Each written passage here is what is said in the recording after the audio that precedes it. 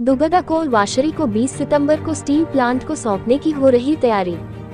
इसके बाद Madhuban washery, Sudamdih washery एवं महुआ वाशरी को भी स्टील कंपनी को मोनेटाइजेशन किया जाएगा। भारत कोकिंग कोल लिमिटेड अपनी 4 कोल वाशरियों को लीज पर देगी। दुगदा कोल वाशरी के साथ इस मोनेटाइजेशन की शुरुआत की जाएगी। कोयला क्षेत्र की क्षमता को अधिकतम करने की रणनीति के तहत कोयला मंत्रालय ने मोनेटाइजेशन की प्रक्रिया शुरू किया है।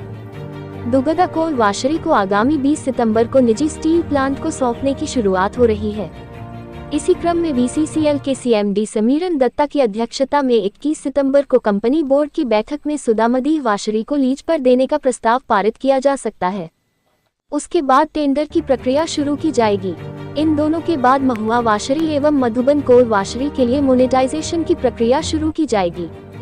बीसीसीएल की दुगदा कोल वाशरी को मोनेटाइजेशन की प्रक्रिया के तहत स्टील कंपनियों को देने की पूरी तैयारी कर ली है।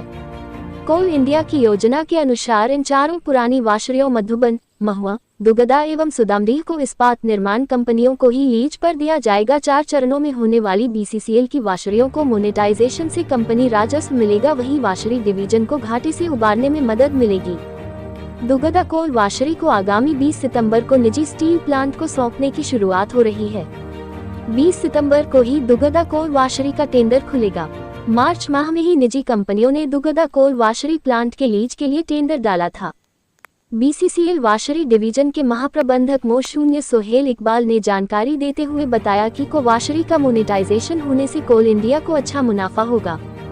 कोल इंडिया बंद कोल वाशरियों को निजी स्टील प्लांट को 25 वर्षों के लिए देने की योजना बनाई है। स्टील प्लांट कोल वाशरी का संचालन सिर्फ अपने स्टील प्लांट के लिए करेगी।